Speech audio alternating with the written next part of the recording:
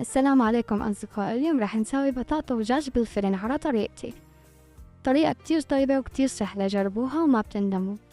هون أنا بالبلندر حطيت 5 حبات توم وبصلة حجم وسط وفرم ناعم مثل ما نكون شايفين بالفيديو. وهون ضفت معلقة كبيرة دبس بندوريا ومعلقة كاتشب. هون حطيت البهارات اللي هن كركم وقرفة وقرنفل وكزبرة وهيل مطحون وفلفل زنجبيل وملح. وهي ربع كاسة صغيرة، نص كاسة صغيرة خل أبيض. هون معلقتين كبار لبن وكوب صغير كاسة صغيرة زيت زيتون.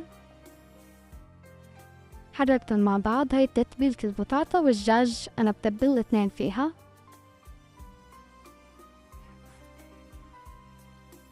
هون أنا غاسلة الدبابيس كتير منيح ونضفتن ومصفيتن.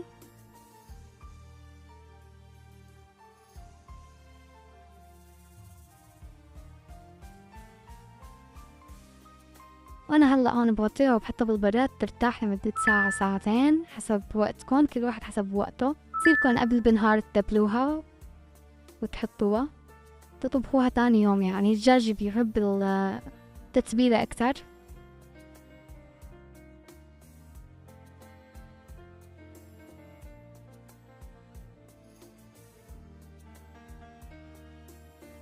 وهون بعد ما مضي ساعة من الوقت شلت الدجاج على جنب.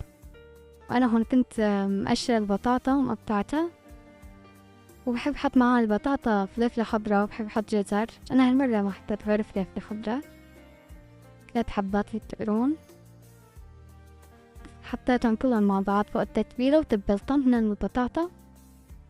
البطاطا هون ملحتها شوي لحالها وبعد هلا ضفتها فوق التتبيلة.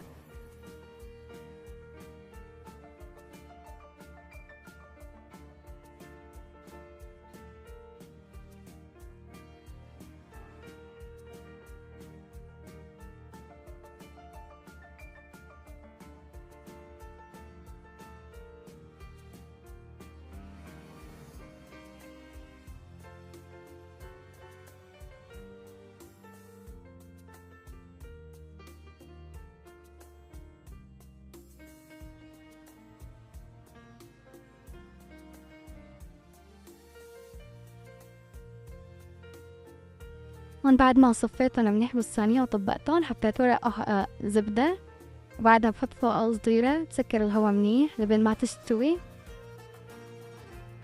مشان ما تطول بتستوي. وبعدها بشيلهم مشان يتحمر الدجاج على خير. هون أنا حطيتهم على درجة حرارة 200 لمدة تقريبا ساعة ونص ساعتين، كل واحد حسب فرنه، حسب هو وفرنه، أنا مالي علاقة.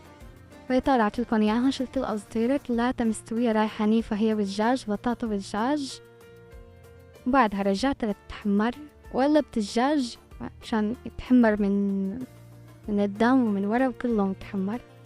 وهلا شوفولي المنظر النهائي، شي بشهي غرام، طعمه يعني أطيب مليون مرة. صحتين وألف هنا سلفان، وجربوها وما بتندم. يلا باي باي.